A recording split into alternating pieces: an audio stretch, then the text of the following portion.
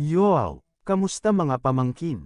Ako si Tito Daldal, ang titong madaldal, kung saan binubuksan natin ang kwento ng buhay ng mga taong iniidolo natin. Dito, hindi lang natin pinag-uusapan ang tagumpay, kundi pati ang mga pagsubok, pagkakamali, at kung paano nila nalampasan ang lahat para marating ang tuktok. Kaya kung hilig mong makinig sa mga kwento ng inspirasyon, mula artista, atleta, henyo, hanggang sa mga kontrobersyal na personalidad, make sure to like, subscribe, at i-click ang notification bell para lagi kang updated.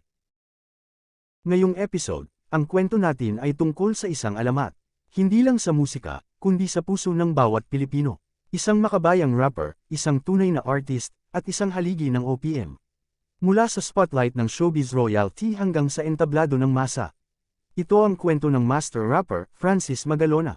Pero bago ang makabayan at malupit na kwento, baka naman pwede mong i-like muna ang video, mag-subscribe na rin, at i-hit ang notification bell. Road to 500 subscribers tayo, mga pamangkin, tulungan nyo naman ako na maabot yun.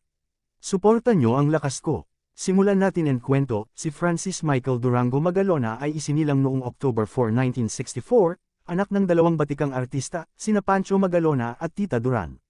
Oo, showbiz royalty ang dugo niya, pero kahit ganoon, hindi siya umasa sa apelyido. Lumaki siya sa Makati, batang kalye, astig pero may manners, at mahilig sa art, lalo na sa music, poetry, at drawing.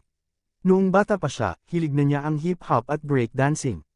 Pero hindi lang trip-trip, sa puso niya, alam niyang may mensaheng kailangang ilabas. Nagsimula siya bilang dancer sa Loveliness ni Lovely the Girl, tapos naging host sa That's Entertainment. Pero hindi doon talaga pumutok ang pangalan niya. Noong 1990, inilabas niya ang album na You. At dito nagsimula ang revolusyon. Pinoy rap pero may laman. Mga kababayan ko, hindi lang kanta, kundi panawagan. Panawagan para mahalin ang bayan, at maging proud na Pilipino. Habang ang iba'y nagre-rap tungkol sa bling o chicks, si Francis M. nag-rap tungkol sa pagkakaisa, sa bayan, sa realidad. Sa likod ng lakas at makabayang imahe, si Francis ay isang mapagmahal na asawa at ama ng 8 anak. Ang kanyang kabiyak ay si Pia Arroyo Magalona. Hindi sila showbiz love team, pero sila ang totoong #relationship goals. Nagsimula ang love story nila noong college, simple lang pero totoo. Magkasama sa hirap at ginhawa, lalo na sa panahon ng pagsubok. Laging sinasabi ni Francis, ang pamilya ko ang lakas ko. At si Pia, siya ang naging lakas ni Francis sa mga pinakamatitinding laban ng buhay niya. Bukod sa pagiging rapper, multi-talented si Kiko. Photographer, TV host, sa Eat Bulaga, at Digital LGU. Actor, entrepreneur, streetwear icon, ang brand na Francis M. Clothing Company. Isa siya sa kauna-unahang Pinoy na nagdala ng Filipino pride sa street fashion, may design, may saysay. Noong August 2008, nalaman ng publiko at niyanig ng balita patungkol sa sakit niya, siya ay may leukemia. Pero kahit may sakit, hindi siya huminto sa laban. Nagpatuloy siya sa paggawa ng musika. Nagpakita pa sa TV. At higit sa lahat, hindi siya nagpakita ng takot. Sa isa sa mga huling kanta niya, sinabi niya, "Every color, every hue, is represented by me and you." Kahit humihina ang katawan, lalong lumalakas ang diwa. March 6, 2009. Isang araw na nagpalungkot sa buong bansa. Pumanaw si Francis Magalona sa edad na 44, ang mundo ng showbiz at hip-hop world ay nagdalumati sa pagpanaw niya, lalong-lalo na ang kanyang mga tigahanga. Pero ang iniwan niya, hindi lang mga kanta, kundi pananampalataya, pagmamahal sa bayan, at pagkakaisa ng lahi.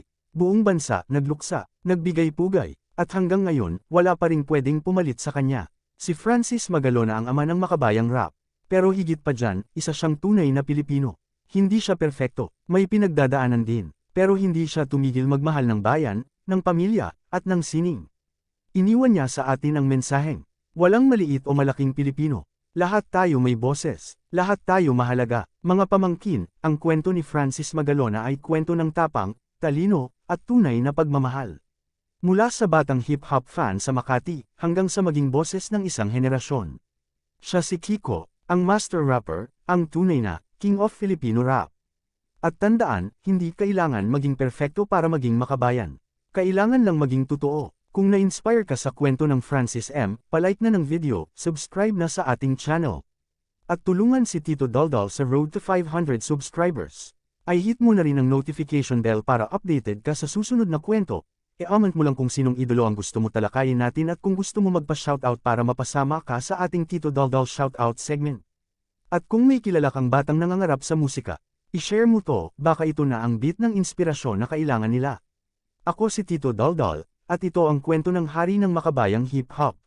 Francis Magalona, hanggang sa susunod na kwento, mga pamangkin, daldal pa more.